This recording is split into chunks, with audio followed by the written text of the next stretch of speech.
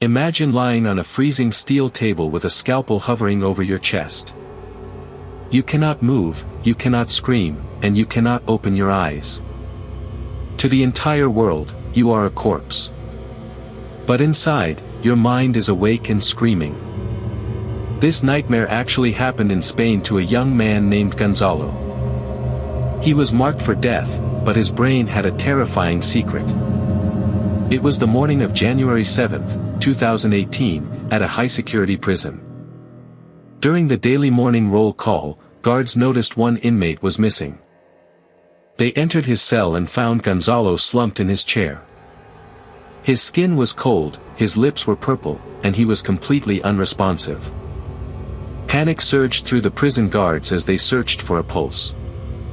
There was no heartbeat, no chest movement, and no sign of life. Gonzalo appeared to have passed away peacefully in the middle of the night. 2 prison doctors rushed to the cell to examine the body. They checked for a pulse and listened closely to his chest.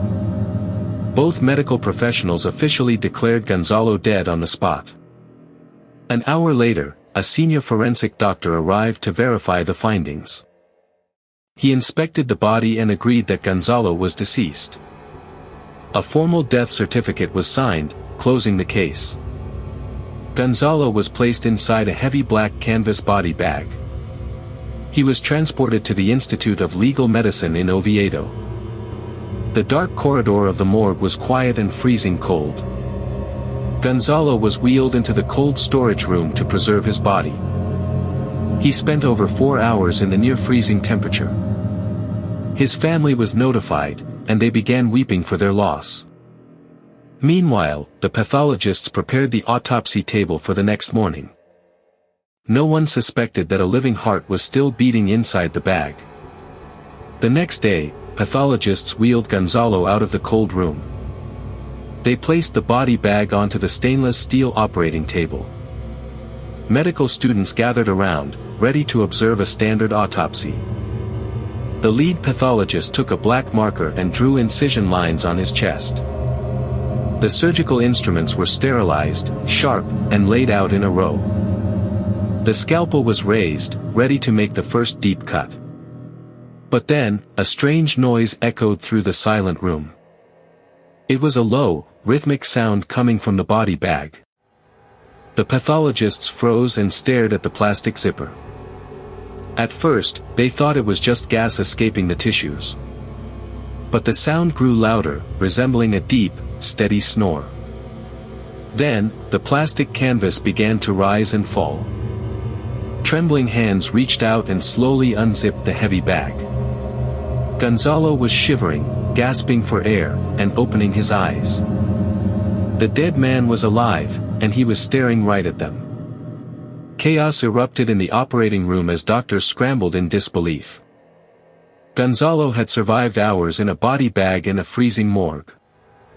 He was rushed to the nearest intensive care unit under heavy guard.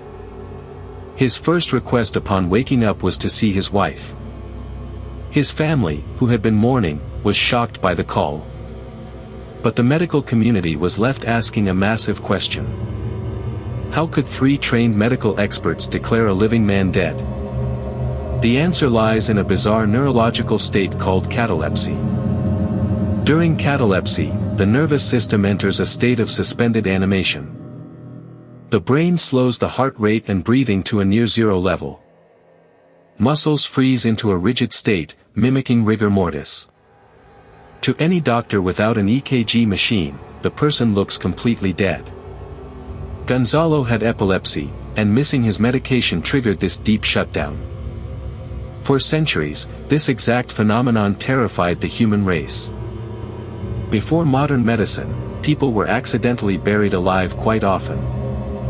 This fear led to the invention of safety coffins in the 19th century.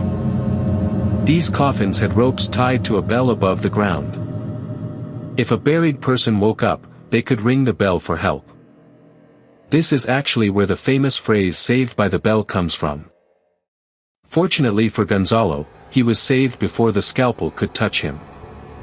His brain had tricked science, but a simple snore saved his life. He eventually made a full recovery and returned to his family. The next time you hear a strange noise, remember Gonzalo's story. Sometimes, the boundary between life and death is thinner than we think. If you want to discover more strange but true stories, hit subscribe. Keep exploring the deepest mysteries of the world with us. We will see you in the next fascinating file.